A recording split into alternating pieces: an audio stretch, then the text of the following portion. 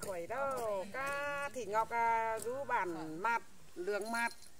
chứ là lôi cao tuổi xuống khỏi đó cờ chứ này thành đôi văn nghệ nhưng là khẩn hở pi nòng le nâng mi nòng những hoang thiếu được mà quay ầu hở xuống khỏi chiếc xe bay bướm cánh mùa xuân là sáng tác ở lo thị biến là quay hở pi nòng le xuống khỏi nữa đôi bạn nghỉ bạn mát đường mát là bưng phật thầu sau cao đặc vụ sau là tổ lấy lôi bạn nghỉ nâng trên là bà khắp xe in muôn trên là khỏi mà quay áo một em con thầu vay kỷ niệm nơ pin đồng cho các áo cắn tòn le tòn phăng nơ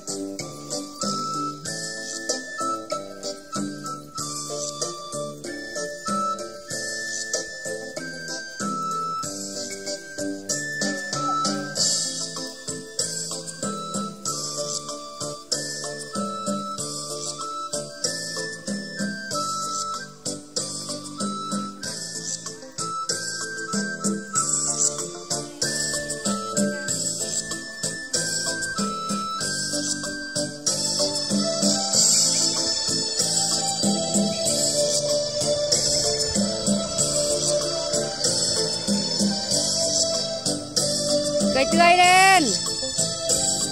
quá